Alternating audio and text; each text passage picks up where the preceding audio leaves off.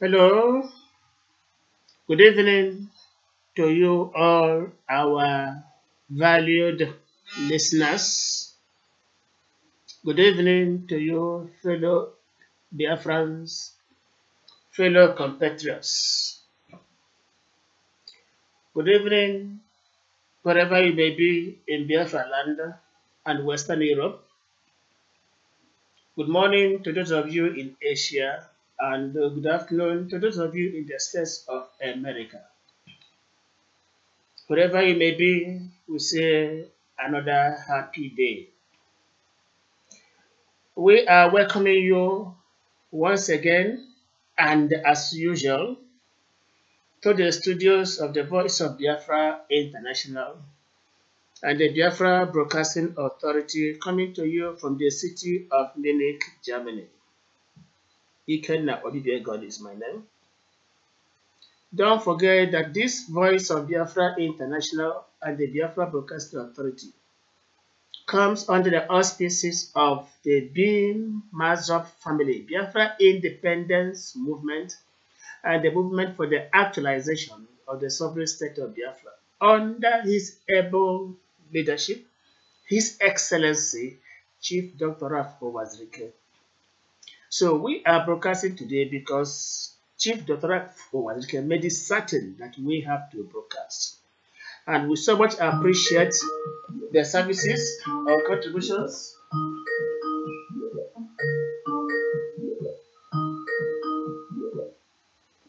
And we so much appreciate every concern which he gives to us to make sure that we reach out to you from time to time. We are so much grateful.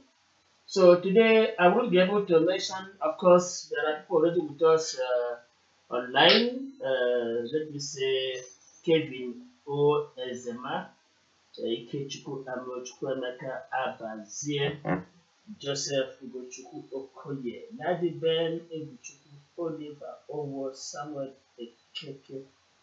Thank you so much, Chukwemeka Joseph Abazie. Dear friends are indeed welcome. Of course, Maka Benson is there. Prince L. Ihekwaba, Blessing Chikwendo, Ago Benjamin. We welcome all of you. Onyeka Vitalis, Sema Oria Konye, the Cosmos, and a lot more. We welcome all of you on board. Let me also have the pleasure of welcoming Jude Chijoke from Lagos. Jude, you are welcome to the program this evening. Yeah, thank you very much. Thank you so much. Equally, Uchenlo Keke was with us, but I know he will rejoin us briefly or in a short time. So, fellow Biafrans, we are here this evening to discuss very, very important issues. Let me say two in particular. There is a reason, or there are reasons, why we have to pick up two issues to discuss. Of course, there are very many other issues concerning Biafra and Biafrans which we are duty bound to discuss with you, iron them out with you, and provide some solutions. But we cannot, discuss all of them at a go. So we have decided this evening to pick two topics to share the ideas with you and then find a way to bring about some significant solutions. Before we go into the business of the day proper, let me welcome all of you with interlude of Biafra music. Why are you missing the opportunity to study German every time? Thank you.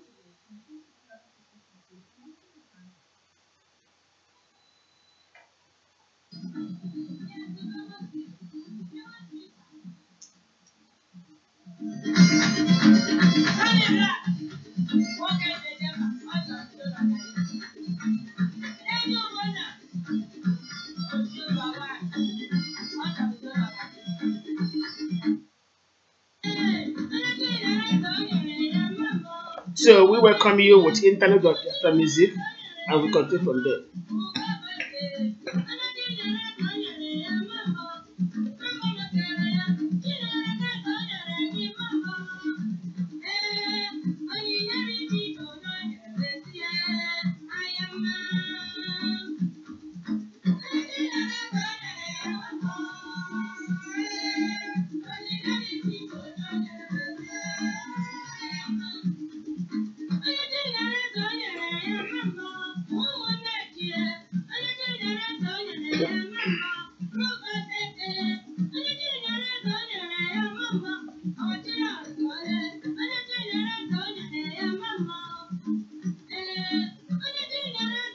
Okay, so we have to go to the business of the day. We find time to play the music. Over the week, probably getting to 2 weeks now, there has been these xenophobic attacks currently happening in South Africa. When we talk of xenophobia, some people do not understand what it means. Hatred against foreigners, disdainful of foreigners, holding foreigners to contempt, or in contempt rather. And because of this, the natives would not like to see foreigners in their land, and they must compel them to vacate their land or face the dire consequences, mortal anyway. As it is happening in South Africa right now, over the weeks, there has been this xenophobic attacks against foreigners. Not just white foreigners, but black foreigners. In Africa, somebody is calling his fellow Africans foreigners, asking them to vacate their country, their land. This is racism, apartheid. Do not forget that some years back, South Africa was under apartheid regime. And they complained of racism, where the white minority was lording it over the black majority.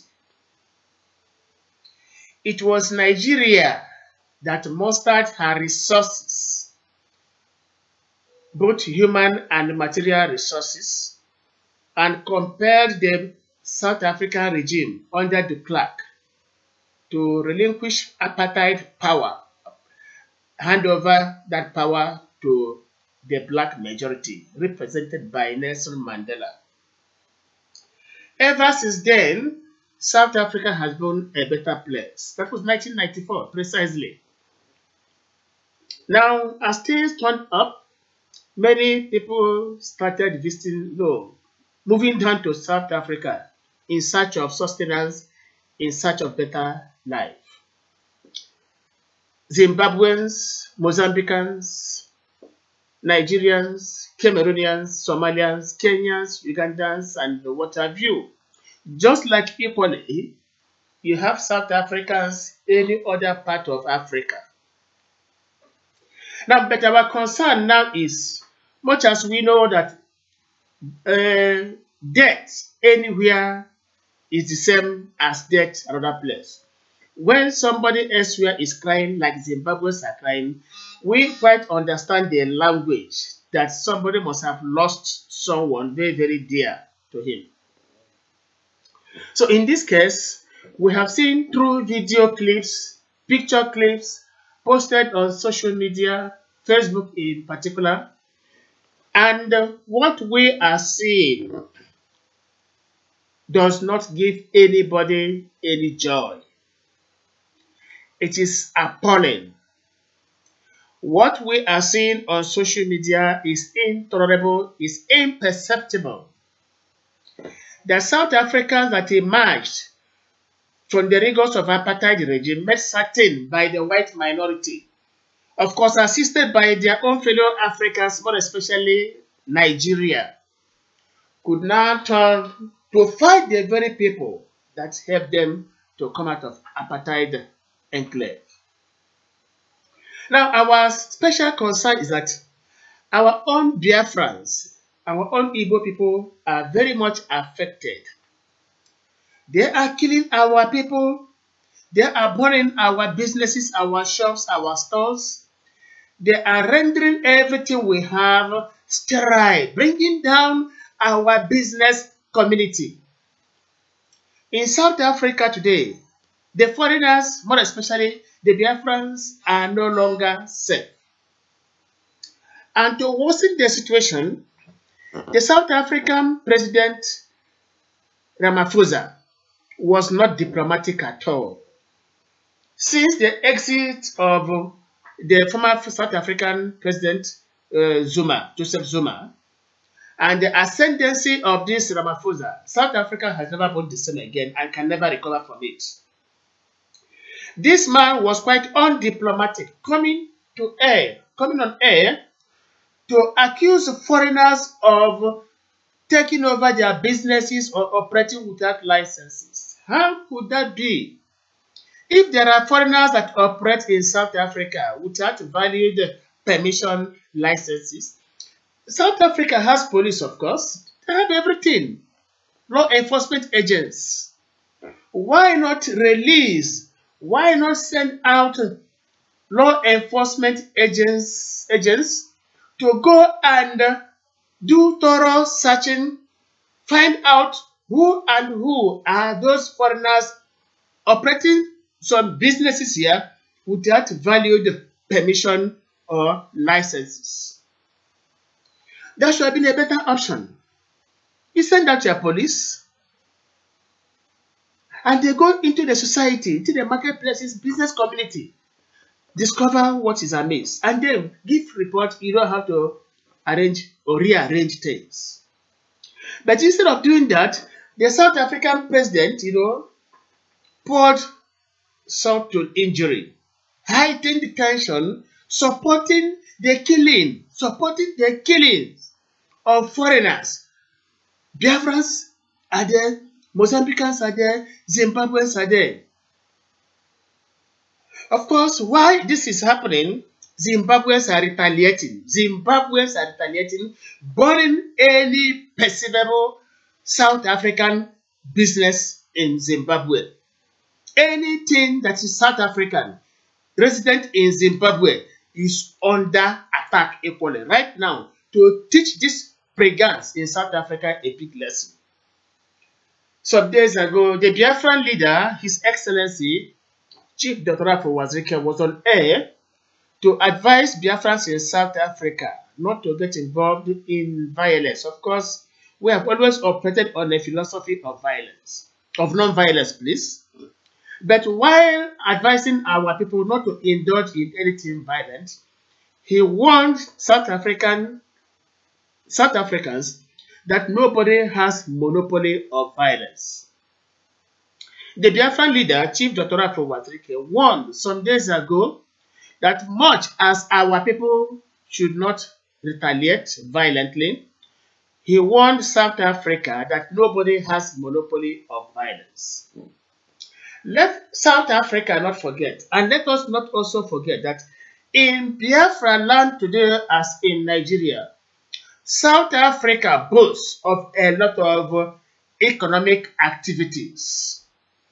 We have decided to pencil them down to see if we can teach South Africa a lesson. Let us not forget that MTN, that is reaping and wrecking our people, is a South African company. MTN belongs to South Africa. We have to understand that since the inception of MTN in Nigeria and in Biafra land, they have never indeed satisfied the yearnings of their customers. It's either online or drums are busy. Try again later, or the number is switched off, or this number cannot be reached, and so on and so forth. And in the course of doing, they are charging you. Even when you call somebody, the number didn't ring, it didn't go through, or even if it rang and nobody picked, MTN will still charge you. All their masks are littered every part of Biafra land and in Nigeria. We may have to start visiting every MTN mast, the whole of Nigeria, the whole of Biafra land. It is not only MTN. Let us not forget that ShopRite anywhere in Nigeria, in Biafra land, belongs to South Africa. Up to now, I don't know why ShopRite is still operating. Don't worry. Don't our people need all the things there? South Africans are looting other people's shops. Looting. The president is encouraging them. So, what is ShopRite doing at Owerri and any other city in Biafra and in Nigeria? What are people waiting for? I am not trying to instigate crisis, no. But what we are saying is that Tit for tat is not a crime. Do me, I do you. God no go vex. Is it only MTN? Is it only ShopRite? What of DSTV? So these are factors we can take on, and South Africa will begin to regret the very day they started this malady. Fellow compatriots, we have to be very, very careful with these people. Everywhere in Nigeria, everywhere in Biafra land. I'm saying Nigeria as an umbrella body for now because there are Biafrans in Nigeria, there are Nigerians also in Biafra land. And we are talking as an umbrella. Now, South Africa has businesses every part of that country, more especially in Biafra land, from Enugu to Oka to Umuahia to Aba, everywhere you see South African businesses.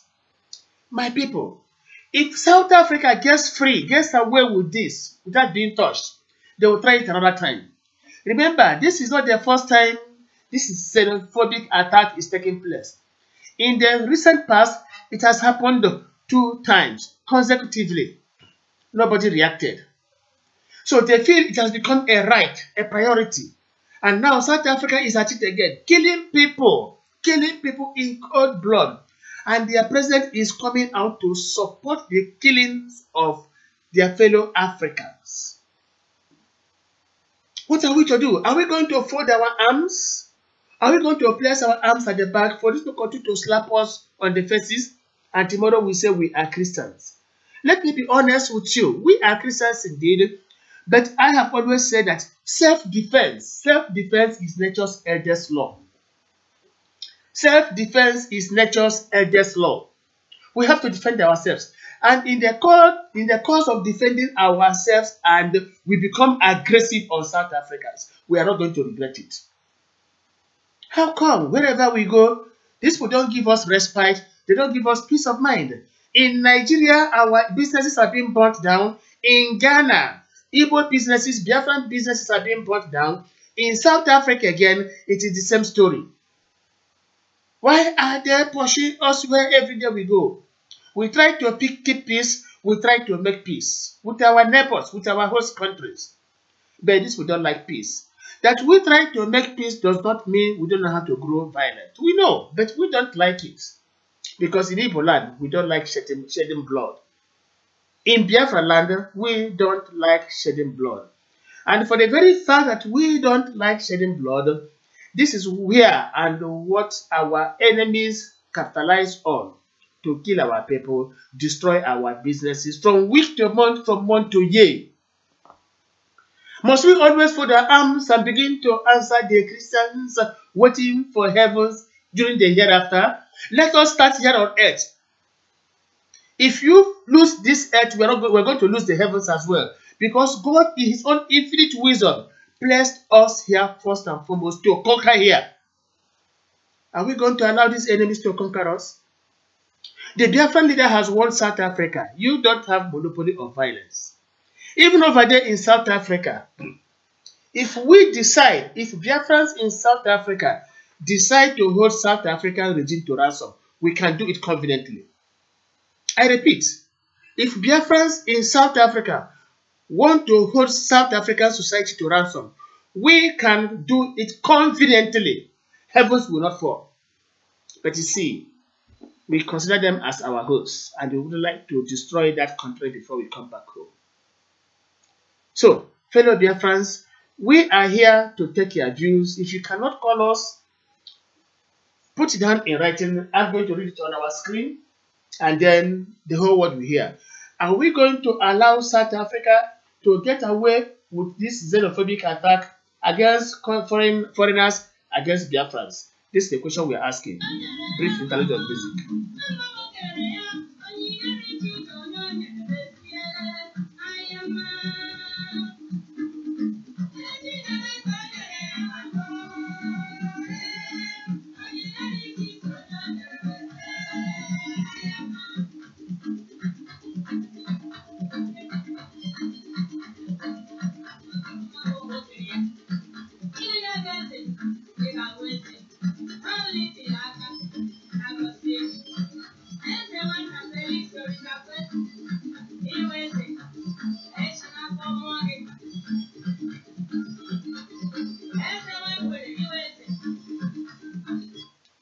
Let us also welcome those who are just joining us. Onyeji Cosmos, of course, you're welcome. Emma Oriaku, Onyeka Vitalis. Emmanuel Rising Sun, Udokwe, and Livinus, of course, Ujuku Umado. Evans Obinna Johnson is asking if this broadcast is for real or to attack other groups while our parents are being raped at home. Evans Obinna Johnson, if you have been listening, you will discover that nobody has been attacked. We are talking about the attack given to our people in South Africa. Maybe you are out of tune. You don't know what's happening in South Africa. Biafrans, Igbos in South Africa, just like other foreigners in South Africa, are being attacked, being killed, and all their businesses are being brought down. This is what you are saying, and we have not attacked anybody. So try and listen to the discourse this evening. Welcome, Matthew. Of course, you're welcome. Abu Romanus, Joseph Ejasi, Emenike Chima Eze, and what more. We welcome all of you. So, what are we going to do? Are we going to make an inventory of all South African businesses in Biafra land and in Nigeria? We are going to make inventory of all these things, and we are going to pay them more than they requested for. If South Africa is not taught a lesson, they will repeat this malady next time. Do not, let me repeat, do not kill any South African in Biafra land if you see them. No. Don't kill any South African. We don't like shedding blood at all. But if it is MTN, if it is DSTV, if it is which other one, ShopRite, visit them. Visit them and the heavens will not fall. Sometimes when we preach peace all the time, our enemies take us for granted. We have to show that we can defend ourselves. Defending our economic investments is not a crime. It's not a crime under the international law. So if we do anything possible to defend our economic interests, our business interests, nobody shall hold us responsible. That is why we are calling every Biafra land. Give us inventory of all South African businesses in Biafra land. As in Nigeria equally, we are going to take a decision. South Africa will not escape this, and we are going to send them back to apartheid era. We are going to send South Africa back to apartheid era. They complained against racism from the white minority. Now, having been liberated, why is South Africa doing the same thing to their own fellow Africans? We are going to combine to send South Africa back to apartheid era. Until his kingdom comes, till infinity, they have to remain under that racist enclave. Julius Malema has been lamenting, calling his own people to desist from killing foreigners. That black foreigners are not their enemies. That black foreigners are not their enemies, but the Chinese people, the Indians who come there, employ these foreigners at cheapest rate, a rate which South Africans wouldn't like to accept. They give to foreigners who are there to look for a better life. This thing angers South Africans, and instead of retaliating against these foreigners, these expatriates that are bringing their economy down, they are retaliating against their fellow blacks. Why is it so? We are asking South Africans that when you finish digging this grave, dig it wider and deeper, deeper and deeper. You shall be the one to enter it. Let South Africa dig deeper and wider this particular grave. Biafrans will not enter it. South Africa definitely must enter it. They are going to fall into this pit. So we are telling our people, do not be disillusioned, do not be disappointed, do not be taken aback, no matter what you are experiencing now. Remember, it didn't start today. From the beginning of times, We have always suffered it. But the more they try to bring us down, the more we increase all the time, the more we prosper. We carry with us the seeds of blessing. Everybody knows that. We carry with us the harvest of the field. We are the coconut that carries the waters of the gods. Where any place we go, we carry that blessing along. Any country, nation, any community, any place that does not welcome the Igbo, the Biafran, does not progress. Ask the Oni of Ife, who gets a testimony from the lips of the oracle, that you can never do without business, Igbos, in terms of business, in terms of progress. That is why we are doing all these things. So, when South Africa comes now to fighting, to kill, to destroy what we have there, we are going to tell them that it can never be business all the time in South Africa. We are going to teach South Africa a lesson. This xenophobic attack must end, and we are going to send South Africa back to apartheid era. Jude Chijoke, are you online with us still? Yeah, I'm here. I can. Okay, now we are talking about xenophobia. Xenophobia, that is killing of foreigners in one's land, as Biafrans, Mozambicans, Zimbabweans are in South Africa. South African government is not happy. Even their president came out to say that the foreigners are taking their land, taking their businesses, everything, directly encouraging killing of foreigners, Africans in particular. Do you like what is happening in South Africa? And yes or no, what necessary steps must we take to make sure that we teach South Africa a lesson? Jude Chijoke. Yeah, thank you very much. Okay, I must say that I am not happy with the sad development that is coming from South Africa. This is not the first time. It's not the second time. I don't think it's even the third time. And from the way it is, if something is not done, believe me, it will not be the last time. You know, it is very sad that a black man is calling his fellow black man a foreigner in Africa. Not in Europe, not in South America or North America, not in Asia. We are talking of Africa in particular, which the continent that is known of where every black man originated from. A continent that have history.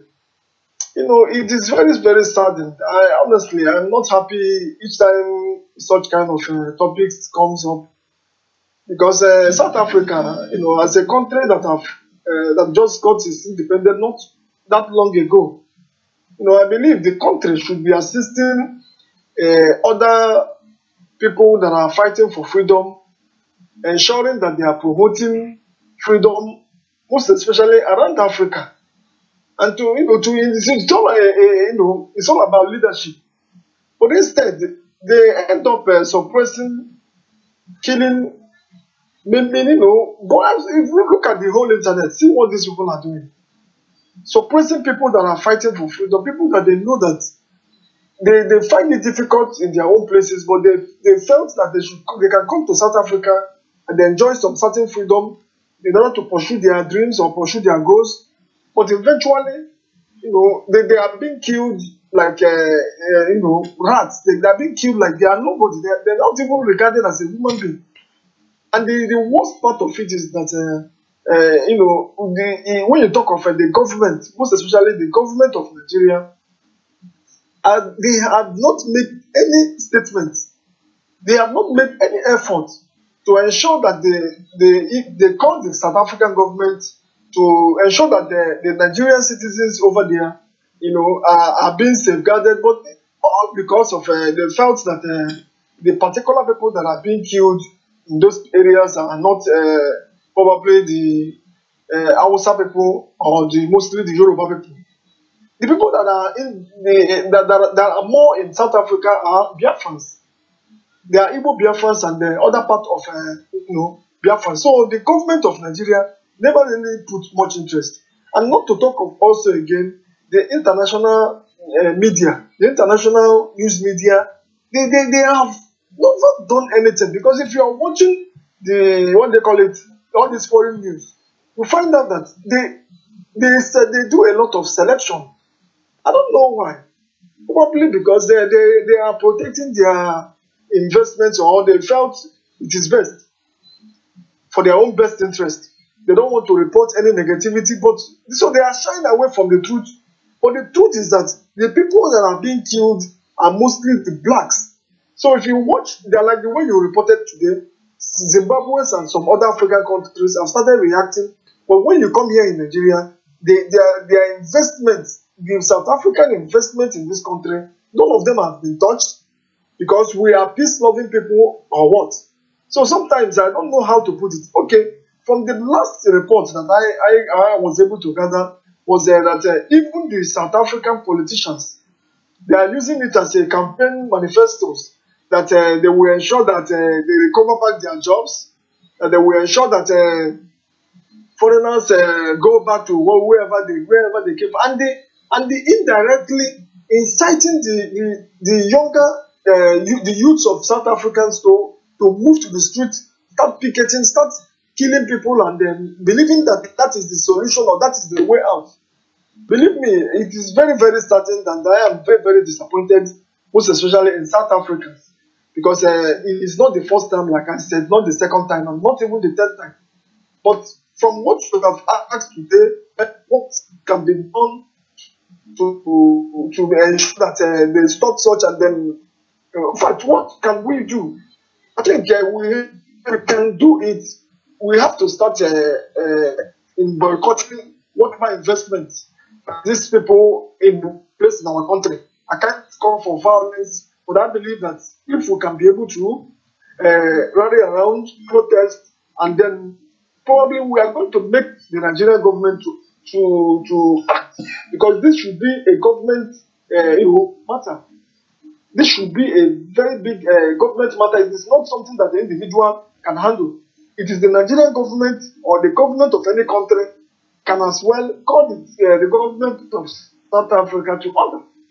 Because if not, their citizens can start a reprisal attack, and eventually it will end up disasters. So to me, I should suggest the idea of picking up the South African investments in Nigeria in particular, and ensure that we down, for example, putting them down, making a protest and stop patronizing whatever they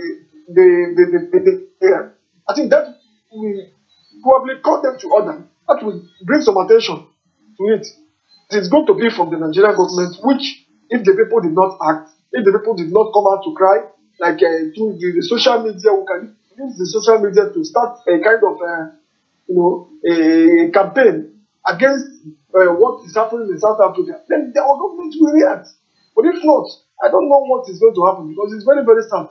Honestly, I'm not happy about it. So that is my own contribution. Thank you very much. Yeah, thank you so much, Jude, for that wonderful contribution you made. The problem we are having is that the government of South Africa is supporting this killing of foreigners, this xenophobic attack. But unfortunately, the Nigerian government is not doing anything. Yesterday, or was it yesterday or today, a Nigerian was killed. A Nigerian was killed in South Africa. But what I don't know is whether this person is a Nigerian or a Biafra. So this person, which gentleman was killed. Who killed this man? South African police. South African police, on mere suspicion of what I do not understand. South African police ganged up and killed this man of Nigerian or Biafran descent, and start justifying the killing. Why wouldn't they justify the killing when Ramaphosa, the South African president, is encouraging xenophobic attack against their fellow blacks. From the very time that man took over the mantle of leadership, I knew he would be a disaster. Ramaphosa is a disaster in South African politics. That is why Julius Malema has always said it, that this man is a disaster. In a situation where Julius Malema is trying to make Africa one country, now Ramaphosa is encouraging his own people into killing foreigners, black foreigners for that matter. And why he is doing this, he is encouraging the minority, the racist minority. Is that how we are going to be in Africa? If we start now attacking South Africans and their investments in Nigeria and in Biafra land, if Zimbabweans commence, start it. If Mozambicans do it, Somalians, Kenyans, Ugandans, name them. If every country start now attacking South African economic investments, commercial investments in any of their lands, South Africa, within the next 1 week, will be subordinated back to apartheid era. But why not we try it and teach them a lesson? Sometimes it's not good to free somebody. You see, if you see somebody in bondage, sometimes it's good to allow that person. Now, we have freed South Africa from bondage.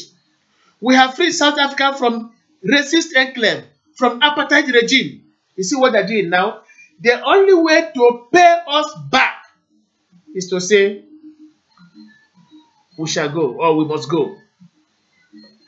They too must equally go. We cannot go, and South Africans will remain. Let me add that to my agenda.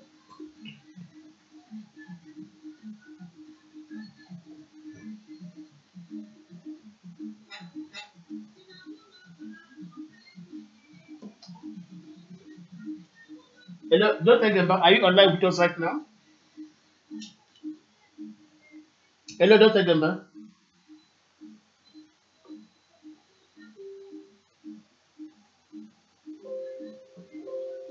Hello, Dr. Gemba. Jude, are you with me there? Hello, Jude. I don't know if I'm disconnected. Hello, Jude. Yeah, Dr. Gabai, can you hear me? Yes, I can. Okay, you are welcome to the program. Thank you. Yeah, we are discussing two important issues today. The xenophobic attack in South Africa, which even affected either a Biafran or a Nigerian today. And the staff of Nigerian embassy came out to say nobody's pleased that government should look into it. And why this is escalating is because Ramaphosa, South African president, came out open and accused foreigners of taking their businesses or whatever, dominating everywhere. This is one of the things we're discussing. So, insofar as it is affecting our people, what are we going to do? Bearing in mind that South Africa also has economic investments in Biafra land, as in Nigeria. For example, DSTV belongs to South Africa. MTN belongs to South Africa. ShopRite everywhere belongs to South Africa. What are we going to do? Already Zimbabweans are attacking any perceivable South African investment in that country. They are burning all their business interests in terms of Zimbabwe. Then the second thing we are going to discuss is this. In the past weeks, there was serious attack, or there were serious attacks, killings in Zamfara state. The killings in Zamfara state revealed what nobody had known, that Nigerian government led by the Hausa Fulani oligarchy had been mining gold in very many parts of Nigeria, in Kano and in Zamfara state, in commercial quantity, gave licenses to some foreigners who had been mining our gold without this gold reflecting on national budget, without the entire South knowing that Nigeria has been mining gold that gives billions every year. The Zamfara killing revealed it, and since then, people have been asking, Why do we talk of one Nigeria? That these people are siphoning our oil resources in the south while mining the gold in the north to be their own special preserve. These are the two things we are here for this evening. Don't take them back. We are starting, just like we were started with the xenophobic attack. Biafrans would like to hear from you. Most of the time, these topics, they can people put a lot of sentiments in them, discuss it from sentimental point of view. They don't look at the wider picture and some of the things, other factors that militates or that encourages all this. Well, now, first and foremost, let me use a crude example. Now, in a family or in a village, let's say in a village, we all are Igbos. In a village, in every village, there is people tend to know everybody or anybody in the community. We know each other, right? Now, people knows one family can say, yeah, and aga ebe ume gemba, agadlaga, papa ha ga-eji mma daa gishi, ọ ga-egi anwa ha aka, ime nke aga in fact, gigala the prayer will. Say your last prayer if you are going there, because the children, the father, the everything, this is how you get. So because of that, they matter wear such some fear on the Ekembas, for instance. Then when some family say and you just go there and do anything you want and come and get out. Nobody is going to say anything for you. The father is like that. The brother, the children, they are drunkards. Nobody's going to touch you. You could as well even take the mother, take the everything and come out. Nothing will happen to you. For instance.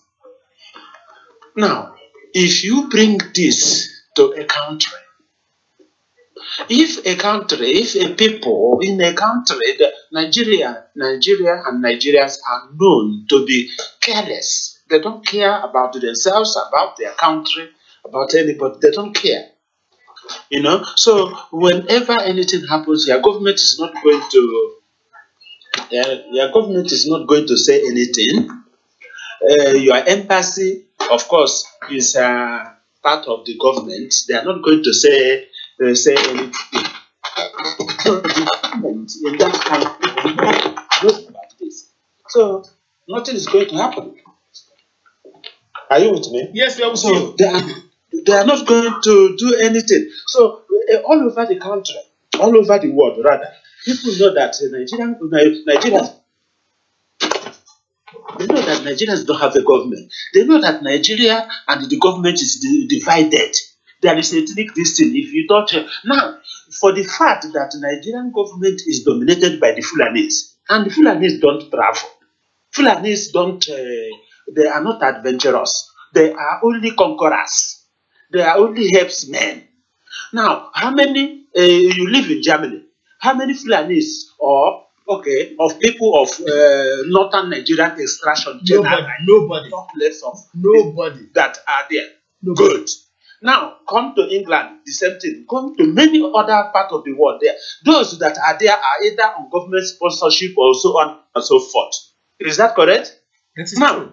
And in these countries, the head of the diplomatic corps are somebody that has the ears and nose of the president. The president places the person there. The person will defend the interests of the country that sent him, which is the presidency. So now, what do you expect? I don't want to go. So this is when this type of thing happens. That's what comes to mind. Now, South Africa knows that Nigerians, the government don't care. Even if they kill everybody, all the Nigerians in South Africa, if they put them in a gas chamber and gas them, nothing will happen. Nobody will talk anything. If it's international media may not even carry it because their government is not going to say anything. So, what is dissimile? The government can act impunity, do anything you like. You are citizens. So, that is why some of these things are happening and will continue to happen and will even get worse. because you do not have any government that will defend you.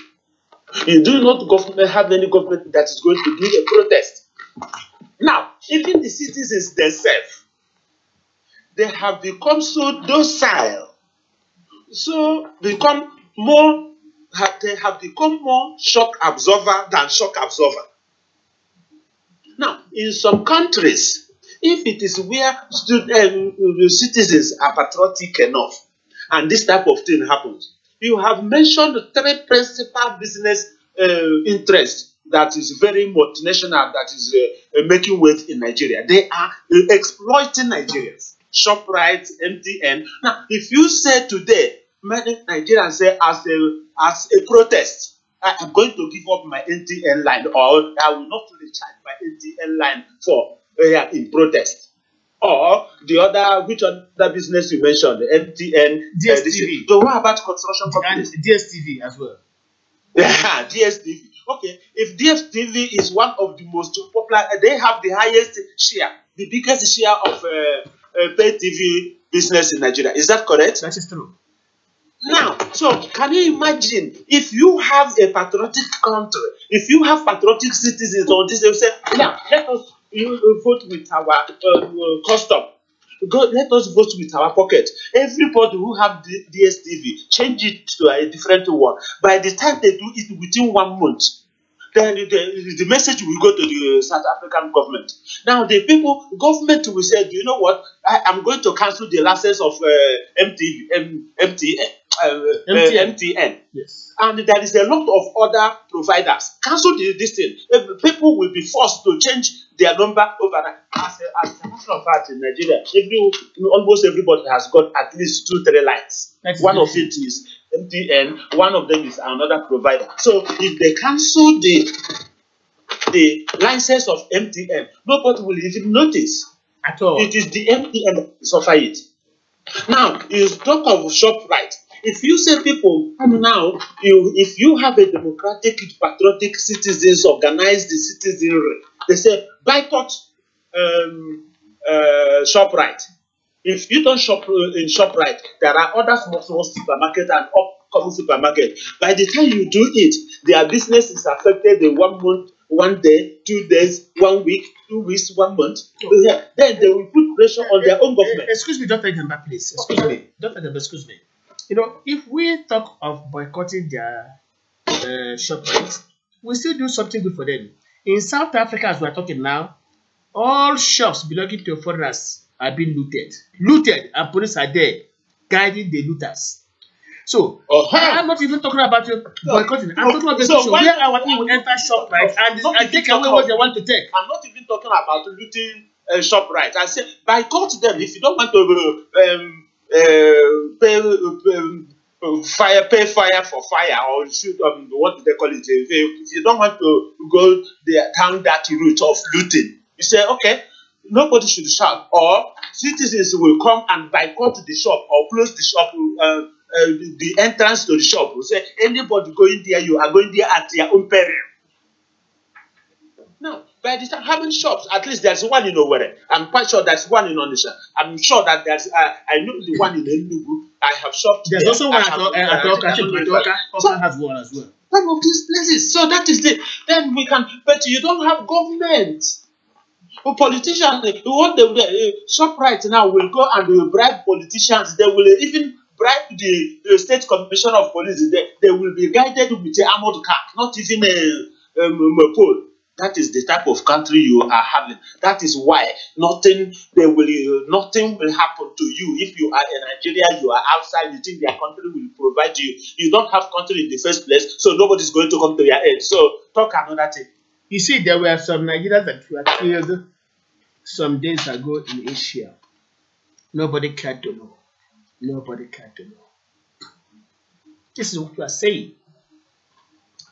Personally, I advocate that as South Africans are looting our shops over there, we equally take care of their own in Biafra land. Some days ago, Chief Dr. Rafo Wazeke spoke, in this regard, telling South Africa that nobody has a monopoly of violence, that it can't be destroying what belongs to our people, and they expect us to keep silent. Although he asked our people not to react yet, but let us watch events as they unfold. So, but unfortunately, instead of calming the situation, Ramaphosa, South African president, came on air saying, supporting the killings, saying that foreigners are taking over everything. Quite unfortunate. Julius Malema was saying that it's not the black Africans to be blamed. Rather, the Indians and the Chinese who come there employ cheapest labor using foreigners. That instead of South Africans to vent their anger or passion against all these Indians and the Chinese, they are venting their anger on their fellow Africans. That is not allowed. Because Ramaphosa and South African government, they are as corrupt as those of Nigeria. Because these Indian and Chinese have settled them. Very, very true. So they don't have any decision. Now they are the foreigners, the black Africans from other neighboring countries and Nigeria and others are the softest target. So they know that if they touch those ones, nothing will happen. So you go for this. After all, get your log. You can lose only a work. No, that is it. So my dear, when we are discussing all these things, and even talking of chief, with due respect, yes, the chief said that nobody has got monopoly of violence, but there's limits to what chief can do within his own capacity and his own authority. Remember, he is not in control of the Nigerian police. That is true. Of the army. That is true. The apparatus. There's limit, very, very limit to what he can do. If it is something that is territorially limited or whatever, you can say, okay, this is what. If you say, okay, you know what? Even again, it depends. As I said, these people, ShopRite owners, MTN owners, DSTV owners, they settle people at the highest level who will give order down. They will carry it out. So what chances have you got? Have you seen it? So when I'm reacting to something, I'm thinking, you take it in different directions. So it is even the citizens are the people that will take more effective action. If you are expecting effective action from the government, you are mistaken. But unfortunately, there is no organized citizenry you have. You don't have organized labor in Nigeria again because they have been bought over. You don't have organized students' union in Nigeria because they have been politicized. You don't have organized market women and market traders association because they have been politicized. That is why everything has gone bonkers. Can you imagine when you have an organized labor? They said no, call strike, or students say no. By the time they call Inowere, do you know how many institutions are in Inowere? There is only one ShopRite. There's how many MTN offices. By the time you touch or do this one few of them, it will touch them. If you barricade ShopRite that is in Ebu Road, nobody is going to be there. Yes, the time you honestly, only 1, 2, 3 places you will make it possible. Nobody is going to come there. While I'm thinking, listen, you just look deeply into the cause and the effect of all these things. So you find out that for the fact that you don't have a government, you are on your own. Can they do that to the citizens of any Western country? Never. No, there was only one announcement from the president or the prime minister. They will be shaken. Now, with all this is happening, have you had any statement from any Nigerian authority? Nobody. You have one in this. Because only Igbo business interests are affected. Yorubas are not there. Hausas are not there. They don't care. They don't care. So to me, last January I was at Owerri. I visited that ShopRite. I went to buy some few things anyway. I discovered that these people are just wrecking our entire economy. Things ordinary farmers.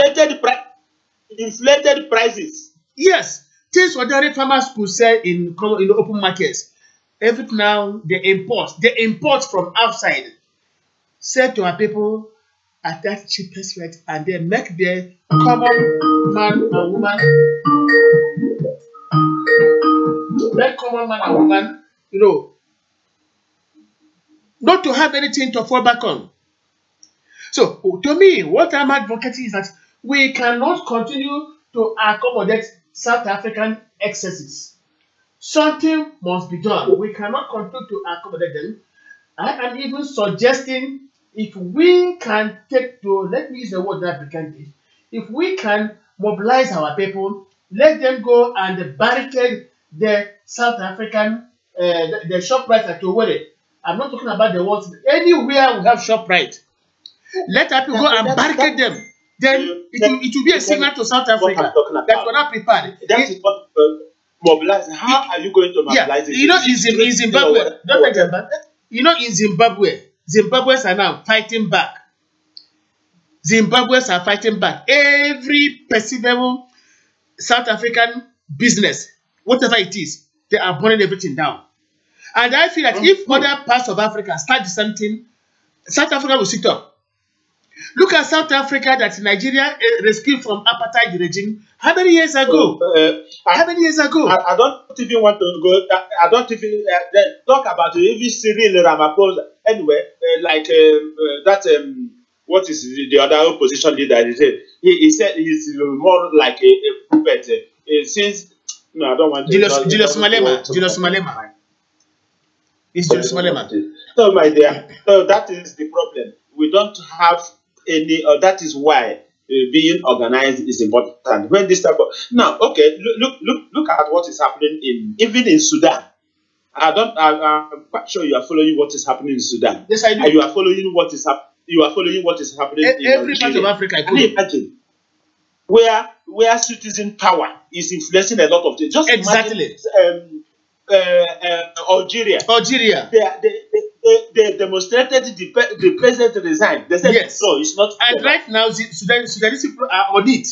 They are now demonstrating and they mean business. So that is the thing. So and you know the beauty of it all. A segment of the military. Just again, but you know the beauty of it all. A segment of the military supported or still supporting the masses, protecting them from the presidential guard. Yes, that's the beauty of it all. But in our own case, who will bear the cat? The students are no more there. They have become politicized, just like you said. Labor leaders have compromised. The legislators are after estacos, wardrobe allowances, and constituency allowances. Nobody cares. The judiciary is corrupt. Nobody wants to know. Everybody is looting their country. Nobody wants to know. Things are becoming too abnormal in Nigeria. We are talking about Nigeria now, you know, all-encompassing, much as we are very particular about Biafra. But in a situation where we have, just imagine how many hundreds that died in Zamfara or other parts of Nigeria. The Nigerian president never uttered a word. But look at the skeletal few that died in Australia. Is it Australia? Yes. Skeletal number. New Zealand. In New Zealand. George Street in New Zealand. There's only skeletal number that we are gone down. Now, Nigerian president rushed and started, sending condolence messages. While more than that died in Nigeria. CNN is not talking about Nigerian affair. BBC is not talking about Nigerian affair. Al Jazeera, I don't blame them. We have businessmen, tycoon in Biafra land in Nigeria that can also set up communication houses like CNN, BBC, or Al Jazeera, equivalent. But can they do it? No. They cannot do it. If we have things like that, we can equally challenge BBC, CNN, and Al Jazeera. But nobody does that. Every time when something happens, we expect them to cover us. They cannot do that because they are part of the conspiracy. All these media houses are part of the conspiracy. And that is why Trump said they are corrupt. They are compromised. So why can't we devise means of helping ourselves? Look at what is happening in South Africa. No media house, international media houses can read. They treat it as an isolated case. People die every day. Every day in Nigeria, mass graves. Because their citizens are not involved. Because exactly, if a Hausa man or a Hausa Fulani man were to be involved in South African killings now, then Nigeria will react. They will not summon the ambassador there. What is happening? But now they cannot do it because only the Biafrans, only the Igbos are involved. Even the Yoruba media not talking. That is why sometimes I say that we have to take some laws into our hands. So. Remember, there are times we have to take laws into our hands. They say, oh, when you say you want to take laws into your hands, you are trying to create violence. No. The duty of police is to make peace. So if police fail to protect us, we help the police to protect ourselves. And that means taking laws into our hands. Just imagine that. Year in, year out, this xenophobic attack continues unabated. The government is encouraging it. Nigerian government is not making any statement against it. Nobody. African Union is not talking. ECOWAS is not talking. Nobody is talking. Groups. Nobody is talking. The ordinary man on the road, on the street, is the one suffering the whole thing. Ordinary man is suffering. Nobody wants to know. Because their own children are abroad in foreign countries, enjoying all the good things of life. The poor person is there suffering the whole catastrophe. How long are we going to tolerate this? We are advocating, if South Africa burns down one Biafran or Nigerian shop, let us burn down 7 of their own. The heavens will not fall. They say, do me, I do you, God no go vex. It's it for that. Let us for once believe in the laws of Moses. Why are we always preaching the gospel, when our enemies continue to use the devil to attack us? Let us start this heaven here. If we don't start paradise here, we are not going to enjoy the hereafter. Everything must start here. If you are talking, you also pause and think. If you say we, this, if somebody or group is going to organize this, which one? And because the corruption in Nigeria has permitted in every nook and corner that you don't even know. You would say security forces or whatever. If you do it now, because of the high stake involved, they are going to bring a battalion. They will not even use police. True. They are going to bring army. They pay the police, the army to kill us. And it's become worse. It will become double jeopardy. There are people died in South Africa, and there are people will be dying in your own country because of using your own. Sometimes we wonder what is happening to what is happening. Sometimes we wonder what is happening. What is the world turning into? People are dying every day. People are being killed. Nobody cares. Nobody cares to know. You can never arrest American citizens in any part of the world without you facing the consequences. But in Nigeria, people are killed. I mean, Nigerians are killed. Biafrans are killed in every other part of the world. Nobody wants to know. Look at Abike Dadri, who is in charge of that particular department. Day in, day out, week in, week out, month to month, our people, our nationals are being killed. That woman does nothing except to take money and put in her pocket. She has achieved nothing tangible since she assumed that office. It was this woman that agreed that the German authority that Nigerians here should be deported. That was the same woman. I'm not saying that anybody who commits any crime should stay. No, if you commit any crime, you are bound to be deported. That is true. But then, when somebody has not done anything, you want the person to be deported because your purse has been stuffed full of currency. How long shall this continue? Just because your people are not involved. Igbos are itinerants. Everywhere you go, you see us. So, every attack is directed at us. Look at Ghana. Look at how Ghana chased away our people who were there, the Igbos, the Biafrans. Even in our own Nigeria, the story is the same. Sometimes we ask questions, sometimes we begin to wonder what is happening to our own generation. In our days as students, we never tolerated this. In our days as students, before now, ShopRite would have gone into flames. In our days as students, before now, MTN would have been brought down. All the masks would have been brought down, non-standing. In our days as students, DSTV would not be functioning in Biafra land or in Nigeria by now. No. In our days, South African people would have been hiding in police stations by right now. But what is happening? We don't have them again. Why must we have them? Because we don't have students who can defend the affairs of things. This is the problem we are having. So, fellow competitors, of course, there are a large number of you, very good number of you listening to this program. We are all taking note of what you are saying. None of them is, contrary to what we are discussing here. Chukuma Joseph Abaze is saying that, of course, it is only Biafra restoration that can guarantee the safety of our people both at home and abroad. Of course, Joseph, that is true. But if we have our Biafra and they are killing our people over there, are we going to move them to South Africa to fight back, or we take care of their own people equally in Biafra land? But let me agree with you that if we have our own Biafra, South Africa will think twice before they touch any of our citizens. Yeah, Evans Obina Johnson, why is the tone? I don't know, it's not low, everywhere is very clear here. So you can always share what you are saying, no problem.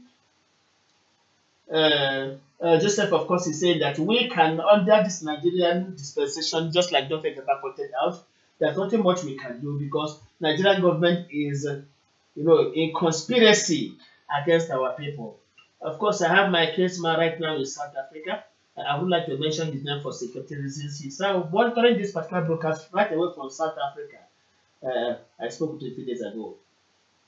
Thank you very much, of course, Michael. Okay, you are watching us wherever you are. And we have noted their suggestion that Biafra should go all out to defend ourselves. Let me see. Well, you don't. Unfortunately, you don't have the means to do that. I yes, must say exactly. that. He suggested. I'm trying to read out what they are posting here for us since they cannot connect us online. Evans Obina is saying that next time we should provide means for live discussion. Evans Obina, we have it. I made it abundantly clear a few days ago that anybody who would like to join us live should log on to our Skype line, our Skype ID, and then you be with us live. So next time, get in touch with us earlier on. Please let me see. Tochukwu Anyekwa is saying, please let us remind them that their investment is in Biafra and in Nigeria. Many other big hotels in Lagos that we start. Okay, don't forget, you see what he's saying? That most of these big hotels we have in Nigeria today belong to South Africans. So that's what Tochukwu Anyekwa is also reminding us. So we take note of that equally. Some of the big hotels belong to South Africans. Just a second, I note it. Thank you very much. And let me see. Mike, okay, is saying people, those who want to contribute should write down their messages or whatever. I will read out, and of course, I will acknowledge you. So I will acknowledge you immediately, just like Tochukwu Anyekwa is saying that apart from DSTV, MTN, what do you call it again, ShopRite, that many of these big hotels in Lagos, in Abuja, belong to South Africans. That is true. I agree with you. So we have noted it. Let me see. Let me see. Of course, those who are saying we must do everything possible to restore Biafra, we agree with you, but we want more actions. We want more actions. And Chukwemeka Joseph is saying, for now, I will advise our people in South Africa whose lives and properties are in serious danger to please relocate out of South Africa. Where are they going? Where would they be going to? This is the question. The question now. It is not easy to relocate. Even though in the past, of course, we tell our people come back home, but not coming back from South Africa or from Europe or from America. No. There are some we talk about, especially those in Nigeria. So right now, we have to encourage our people into productivity. Let us defend ourselves. Later this evening, when I was watching the social media, I was informed that Biafrans in South Africa mobilized and they wanted to teach this play lesson.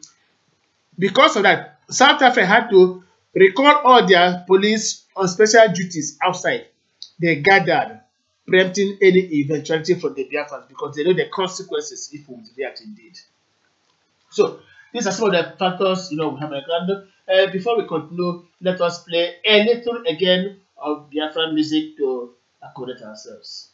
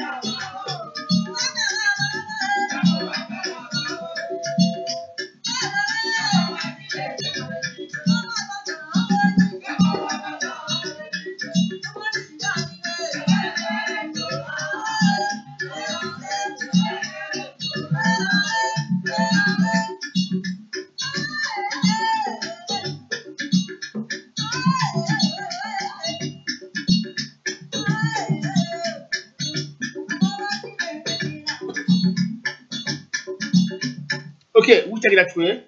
We go to the next topic.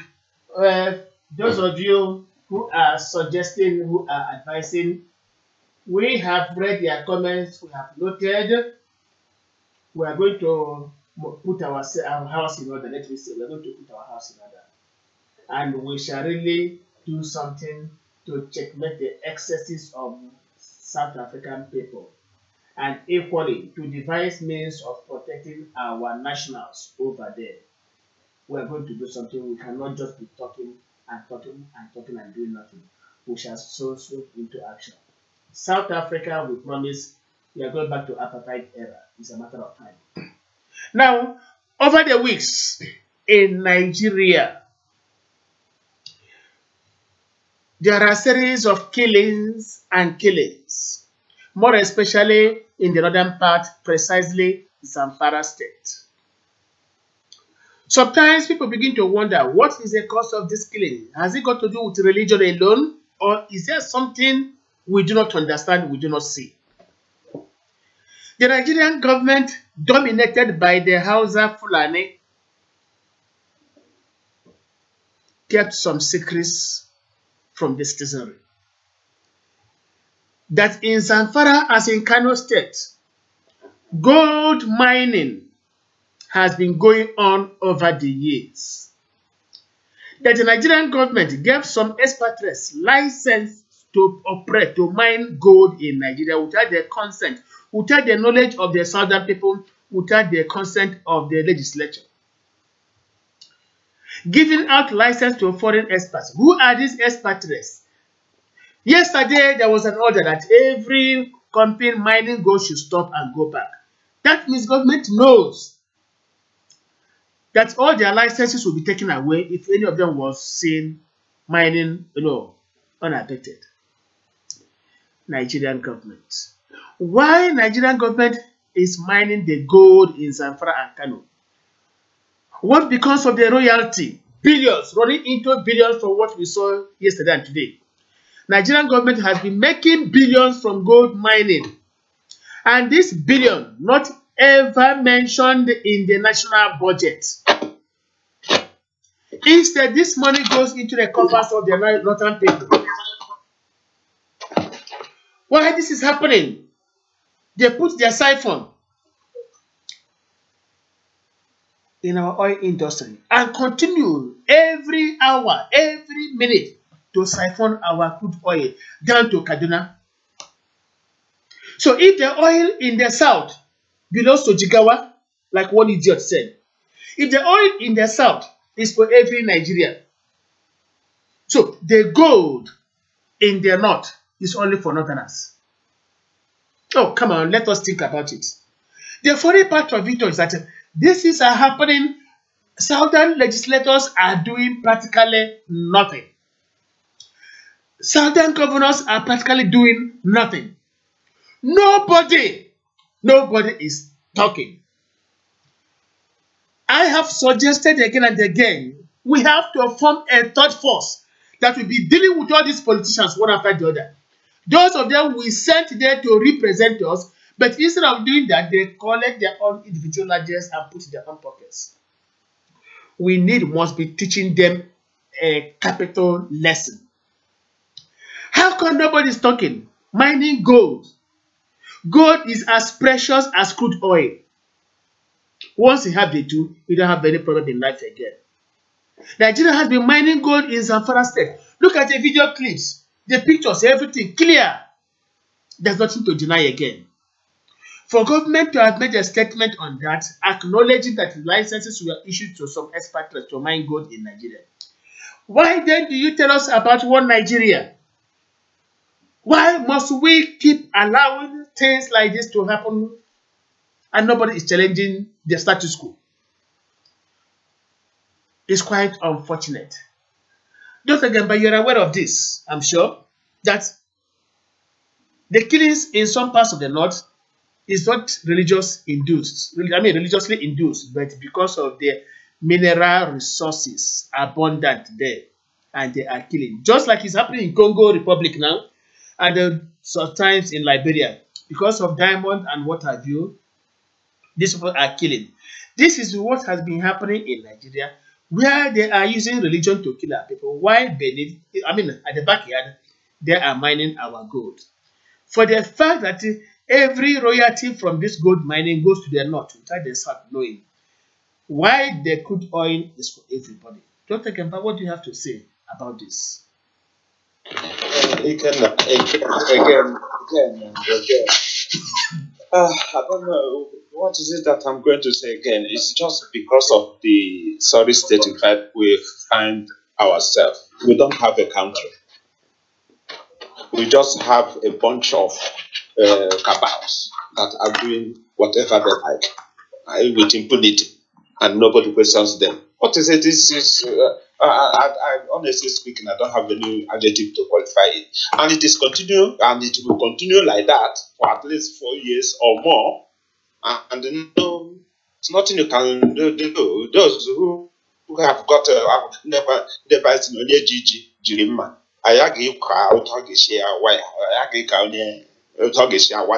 So the federal government has got everything in their command. So they will do everything they can. And then, unfortunately, the southern politicians and those who are in the position who are supposed to be in the north, they have been settled. And they look the other way around. And something like that. So the killing will continue because there's nobody that will be strong enough to come out. And if they are in control of the military, there's not going to be any sort of uprising from the military side. They are in control of the police, they are in control of all the security apparatus. And this is why they did all this, so that there's nowhere some of this is going to leak out. But it's because of some of this is we are knowing, we are finding out, is because of the social media. That is it. And some patriotic individuals who are involved said, no, they cannot, they will endure. When they see that this thing has happened, they will use the social media to alert the people to know what is happening. That is it. If not because of the social media, we will not know what is happening. So, my dear, I don't have anything to say because whatever I say, I cannot back it up. So, we will continue to suffer what we are suffering. The North will continue to die incidentally. And unfortunately, they are suffering more and more hardship than the South, definitely. But the killings and this thing, they will bear the brunt of it. If they don't have the means and the organizational way without to arrange themselves, organize themselves, and rise up, and knowing that there are people who will support them in the South, nothing happens. So the killing, the exploitation continues because you have a government who is aiding and abetting, and nothing happens. So that's not more. We can dialogue here today, debate here today until the sun will set or sun will rise. Nothing happens because with the government you have. Listen, nothing will happen in Nigeria until you have a government. At this present moment, there's no government in Nigeria. Diagnose it anyhow you like. Prove to me. I want somebody to come out, to come and debate or prove me wrong that there is a government in Nigeria. There is no government in Nigeria. Because if you have a government, what is happening cannot and will never happen in any country, no matter how primitive they are. Government, we don't have government. So all these things you are talking about will continue until Nigeria have a government. When will it be? Yes, you know, Ankyo Briggs, this lady, Ijo activist, Ankyo Briggs. She was saying today that the South must come back to the senses, the entire South. They will come back tomorrow. More especially Southeast, South. She wondered why such billions of naira or dollars had been realized from gold mining in Nigeria and nobody was. And what? Sorry, Ikenna. The question is, what are they doing with these proceeds? That is the question. What are they doing with the billions and billions? What are they doing with it?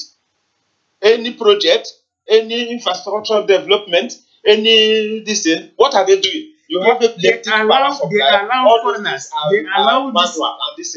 What are they doing with it? They allow expatriates to take their lion's share. That's the worst. Yeah, and just to give them, they give them peanut and not have themselves. So they take the lion's share.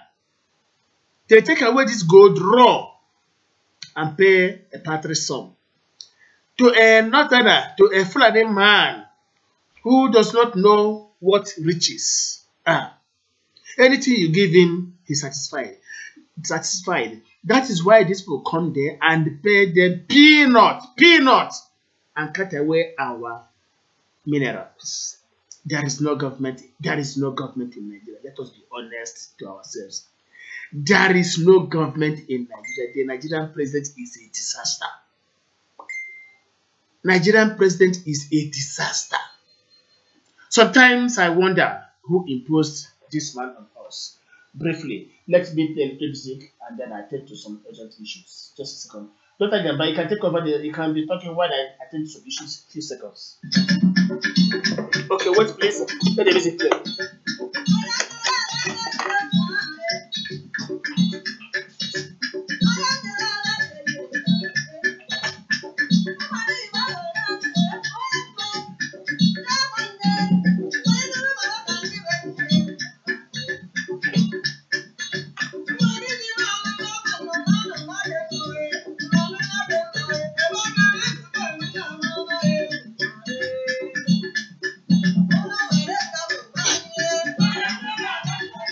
Now let me go to Jude Chijoke in Lagos. Jude, are you still online with us? Yes, I'm here. Yeah, and I have to also say any of our members who is online should always indicate, because I blocked Messenger. Let me see if I can get them. Now, Jude, what do you have to say? They are mining gold in the north, selling and taking the proceeds. The South does not know. While what belongs to Biafra, they say it belongs to Nigeria. Do you have any advice for our people? Yes. Well, let me just start with. I received such news in shock. I was so shocked when I got that information, and I have to verify if this is Nigeria or maybe Sierra Leone or Ghana or other countries that have gold. Because throughout my school times, I can assure you that I have never heard that Nigeria has any gold. I've never come to hear that in any kind of form.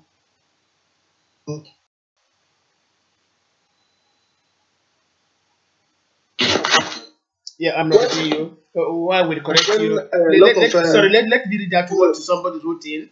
Stanley Igwe is writing. He said, I talk on the xenophobic attack in South Africa, where the government of that country is taking sides with the Taus, especially with the police. So I personally believe that the government of South Africa is indirectly backing this heinous crime against foreigners in that country, especially to the black people. So he calls it idiotic and senseless. Now he says, I want to use this medium to call on the government of Nigeria, of course, to urgently put a stop to these unwanted events and save the image. Oh, sorry, you're talking to the government of South Africa. And save the image of South Africa. If not, they are paying evil with good, of course. That's to say, what he's trying to say is this: we rescued them from apartheid regime, and right now they are paying us back, with evil. This message is coming from Stanley Igwe. Back to you, Jude Kijoke, if you are reconnected. Yeah, thank you very much. Like I am saying, I said that ever since Nigeria started existing, I have never come to, or read of it that Nigeria has gold. But hearing such in 2019, after how many years?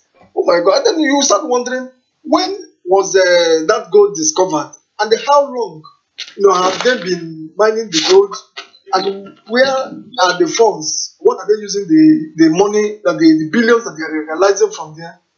Actually, what are they using it for? I think I must say that the answer is so simple. Nigeria is nothing but just a fraud. Nigeria is a fraud, and there are too many secrets. Even till date, there are too many secrets that are still yet to be unveiled. And I believe by the time we hear more secrets, a lot of people will, a lot of people will be more shocked than the one that they have gotten so far. Can I add something? Okay, go on. Yeah, go on, please. Now, what I want to add, my brother, there is no secrets. Everything is anchored, foundation, based, or is under the fraudulent constitution you call Nigeria. You remember the land use and allocation decree? Of course. Everything is based on that. When they said that the land, even where your house in your village, your father's ancestral home belongs to the federal government. If they find something useful there today, they can use based on that decree, uproot you. There's nothing you can do. That is why everybody we've been talking about the 1999 Constitution. If and until that act is repealed, or the Nigerian Constitution is repealed, and the indigenization decree, I don't know what it was amended into.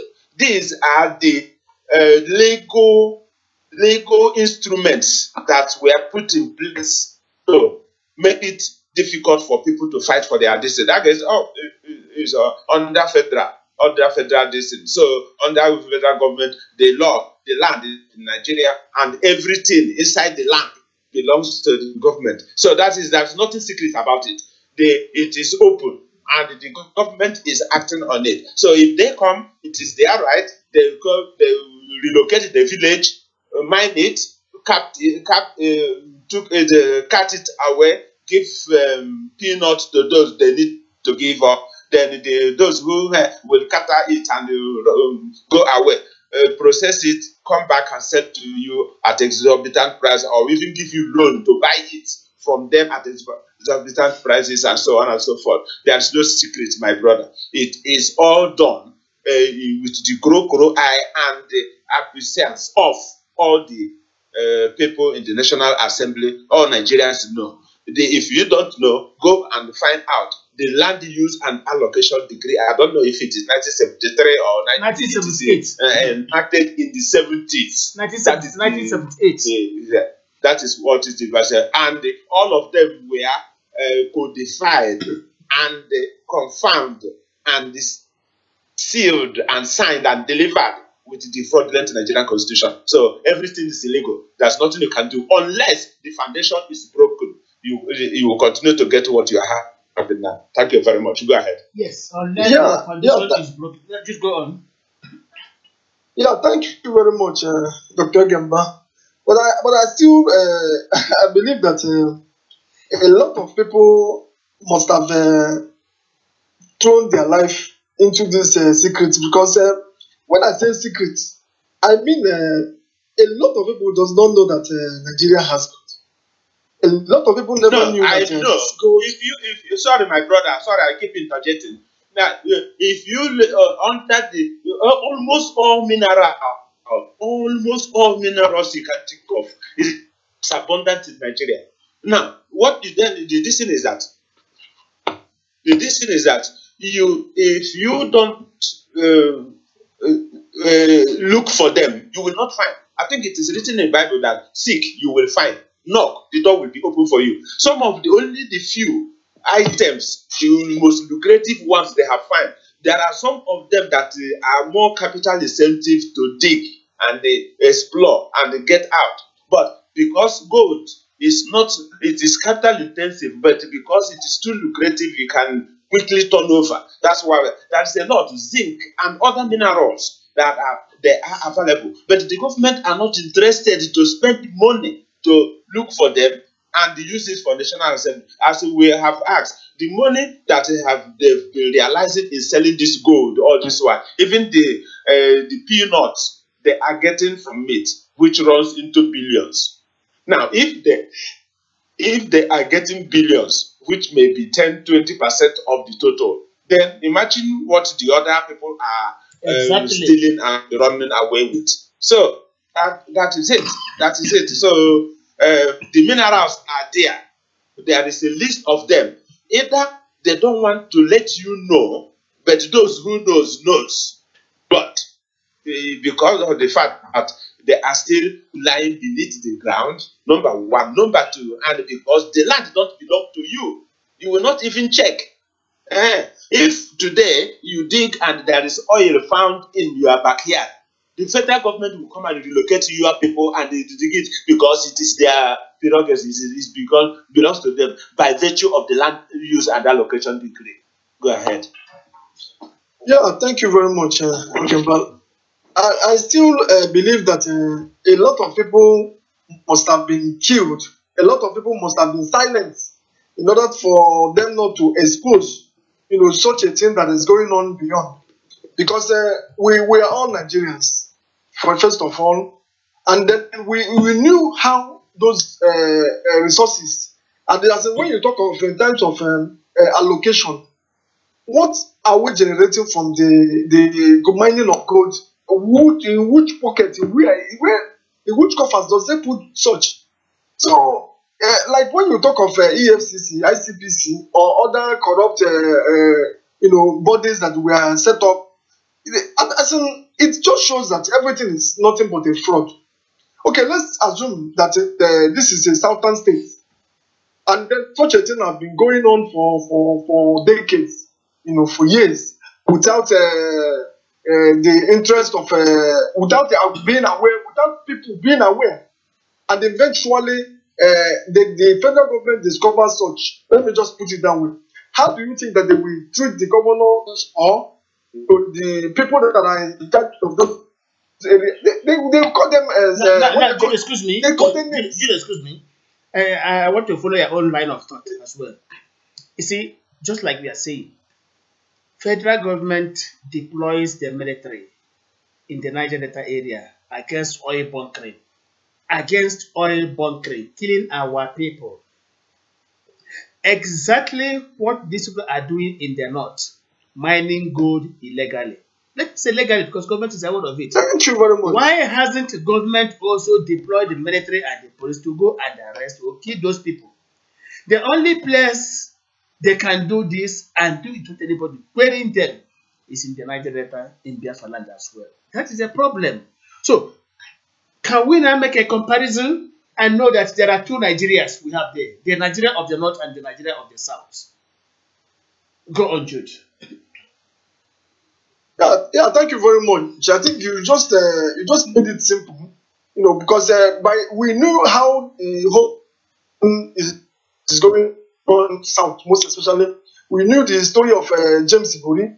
We know the story of Dipriye Alamesia. We know the story of their past leaders, and then they can tag them whatever. They can call them militants and call them what, or But today, people have been mining golds, in the northern part of the country for more than how long we don't even know, and it is all kept secret.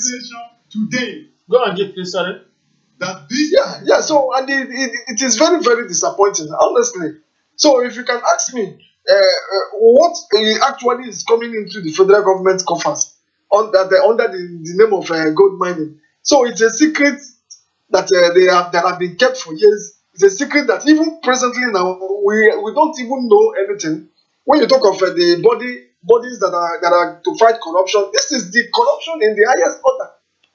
So let's say you can, if you find, like, let's say the way Dr. Gemba explained it is not that I don't understand. I do.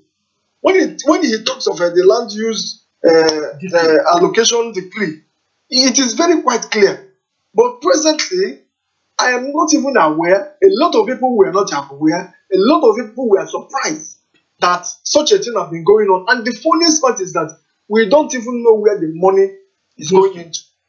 So it is very disappointing. It shows that Nigeria as a whole is a complete nothing but fraud. It's a fraud. So whatever that they generate, whatever they realize, who know if they are finding money, who know if because they knew eventually. Even they spent billions. They spent billions from the oil money searching for oil In the north. They only found water. They only found water. So they are doing everything possible. Just like digging out into your where you generate money from to go and there be so presently, even now, they must have been searching for a lot of other resources, and they will be, tapping these resources secretly. So that is the point. Secretly, if you found out these things, you become they silence you. So it is very sad. Honestly, I am not happy with the way such a thing is going, and it's for all people to react. Okay. I thank God for the social media, and I thank God that the reaction is going on today. There is a clip which Dr. Gemba forwarded to us. Let us listen to what it's all about. It's part of what we are discussing now. Let us hear. Oh, sorry, please. I dare to tell this nation today that this is the problem. That's the constitution. This constitution can never give us progress. This constitution can never give us peace. This constitution can never give us unity. And unfortunately, most of us in this National Assembly, we don't have the spine to face what we need to keep this republic to have peace and progress. What do I mean? This constitution has 68 items. 68 on the exclusive list. This constitution has only 12 on the concurrent list. And those 12 are written so nebulously, so fraudulently, that you know that the intention is to even undermine those concurrently. Yes, you heard him. That is a senator of the Federal Republic of Nigeria, just like Dr. Gemba pointed out, complaining that the root cause of Nigeria's dwindling fortune is in the Constitution 1999, imposed on the nation by Abdul Salami Abubakar. That is a problem. Let us repeat it.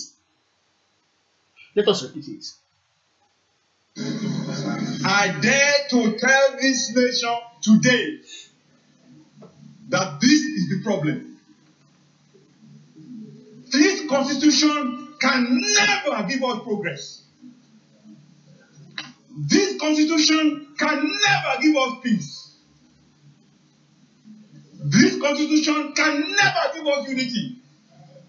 And unfortunately, most of us in this National Assembly, we don't have the spine to face what we need to keep this republic to have peace and progress. What do I mean? This constitution has 68 items. 68 on the exclusive list. This constitution has only 12 on the concurrent list.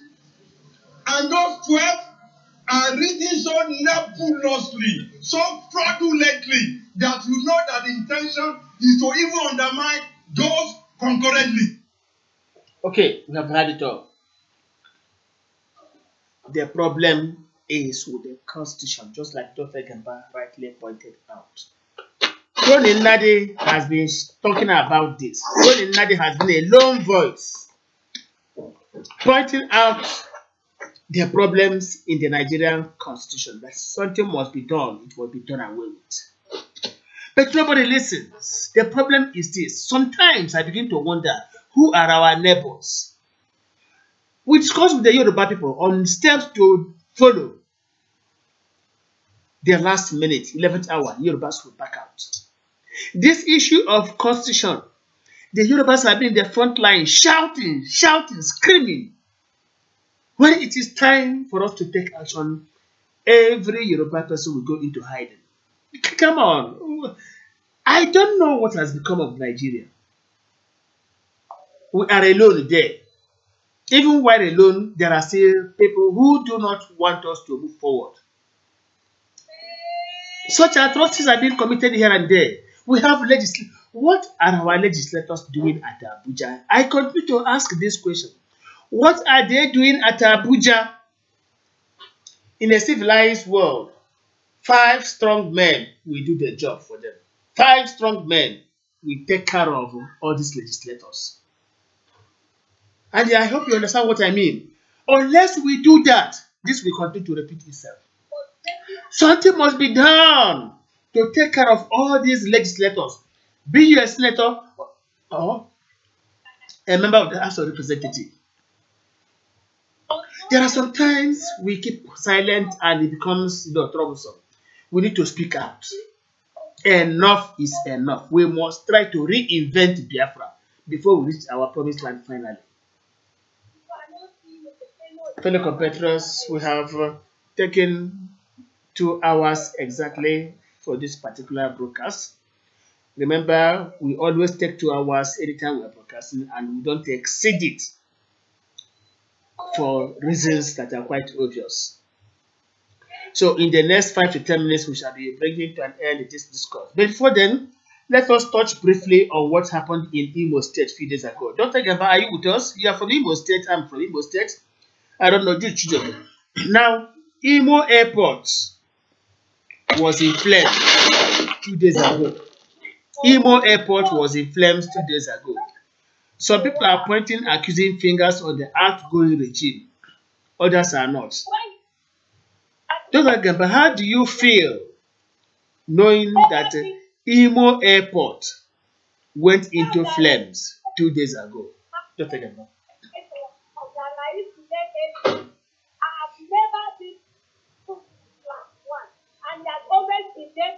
Dr. Gamba, you just... I guess I am here. Yes, you got my question? Sorry. Repeat your question. Okay. Sorry, I said that we have 10 more minutes to go, but before then we have to touch something that is very, very crucial. That 2-3 days ago, Imo Airport, Samambakwe International Cargo Airport. Oh yes, got on fire. So yes. There is accusing fingers. Let me say there are accusing fingers rather that it could be the action of the outgoing regime to use it as a ploy to take away billions again in the form of renovation or repairs. Others are saying no, it was an accident. But what we know is that there were casualties. What is your reaction to this? And incidentally, this evening, I was so taken aback by a clip I saw. People that are so badly burnt that are supposed to have been taken to hospital with an ambulance. Yes. You see them in a bus being free from being carried in a box and so on and so on. My dear, when I saw that, I felt also that there may be some arson. It may not be ordinary accident. I don't have the facts. Yes. And again, this is where you come again to say, confirm what I said before. You don't have a government. If you have a government where that will set up a proper independent probe of what is going to happen, then it will dig out and know the facts. But you don't have the government. If the interest of the government is not going to be served by finding out the truth, we are not going to get the truth. We are not going to get anything. So everything will be on the guess. But being the time we live in, the 21st century of social media, although the truth may not come out immediately, and now, with time, it will come out. Oh well, it's going to take it may take a long time, but they say that the time heals all wounds. So that's my reaction. It is quite unfortunate, and again, that's also to prove to you that again, everything boils down to having a government, because fire service is not a private business. It's something that the government has to provide. In every country, in every airport, they have a dedicated fire service. I don't know if was one. There was one, thanks to social media, there were some people who were on board there videoing and informing the world what was happening. They said that it took up to 30 minutes for fire service to come, and the one that come maybe one or two engine that come, whether they have enough resources to fight it, it's a different matter.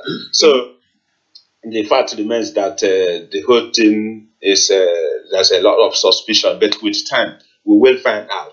Even if they try to suppress the truth, somehow, sometime, someday, the truth will still come out. That's what I want to say. It's rather unfortunate. And again, it is the reason why I said that it may be some arson or intended consequences. You know that in the whole of the Southeast, I think I stand to be corrected, please. If I don't know something, I always say that I stand to be corrected. Bumo Airport or Owerri Airport is one of the busiest in the Southeast because it is a little bit strategically placed. Enugu is a little bit further down. There's no other that we have Enugu and the Owerri Airport. Owerri Airport is a little bit more central. You see, in the whole of South, it is. I'm quite sure it is. Yes, I don't know the traffic from Enugu. So, with it now, it is going to increase the hardship of our people, those who are traveling and so on and so forth. So that's part of the thing. And incidentally, that airport, as everyone knows, is a self-help effort that it was taken over by the federal government. And since they took it over, has there been any increase or any additional infrastructural development in the airport? Everything has been as it is since Simon Bagwe masterminded it with the help of self-help effort of Imo State people. Has it been redeveloped? Has there been any infrastructure, any addition whatsoever? Nothing has happened. And the small one we have has gotten into fire. Well, this will be a challenge for the incoming governor. It is going to be something that he has to take, because if we are going to depend on the federal government to restore it, it will be there for another generation. So that's one of the challenges that he is going to face. But our people being what they are, I'm quite sure that they are going to rise up to it. It's quite unfortunate. A lot of people, I don't have the statistics, I don't know how many people that lost their life, but a lot of people were injured and so on and so forth, plus the loss of everything. They came there with only one vehicle. Regardless of what it costs. They came there, fire service came there with only one vehicle. Within a short time, they ran out of water. There was no even ambulance, no ambulance to take care of the injured. That was I saw people with boss carry people. Yeah, that was quite unfortunate. Not loud. Okay, so thank you very much, Dr. Kemba, for the justice you have done to this our topics. Thank you also, Jude Chijoke, and numerous others online with us who are writing. Yes, I know people want to contribute. Like I said earlier on, they can write it down. I will read out and acknowledge them, or after the hour, they can send their own IDs. I can add them up to our general one. Anytime we are making a broadcast, they'll be free to contribute and the word we hear. This is what we do. So next time, please, I will inform all of you how you get in touch with us. You're part of the discourse. It helps us. Thank you all for being part of this particular program, and we have come to the end of it all. We thank you a thousand times. Remain blessed and say good night.